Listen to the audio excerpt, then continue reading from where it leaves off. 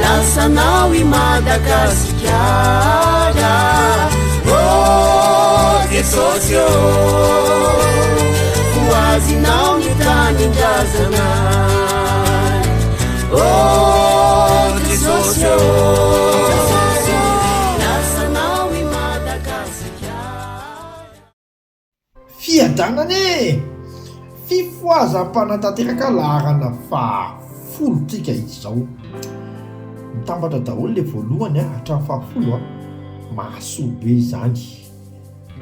Tamin'ny taona 13 dia misy mpanompon'Andriamanitra antsoina hoe Père Marie Gérauld teratany frantsay nahazo vina lehibe nahita fahitana izy fa I Madagasikara no toerana ivantana ny kristiana rehetra maneran-tany. Tena matoa avy zany ao am-pon'Andriamanitra ny atonga ny firenentsika ifo tanteraka itoy hatramy famantarana fiadanane. Et j'ai vu un résultat final. Un résultat final qui avait un but, c'est que Madagascar deviendrait une terre de refuge, non pas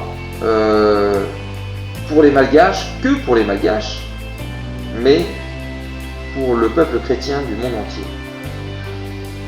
Que toutes ces préparations allaient servir en fait à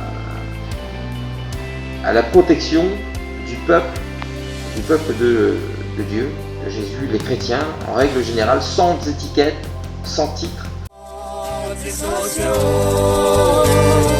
Lasanao I Madagasikara, oh Jesosy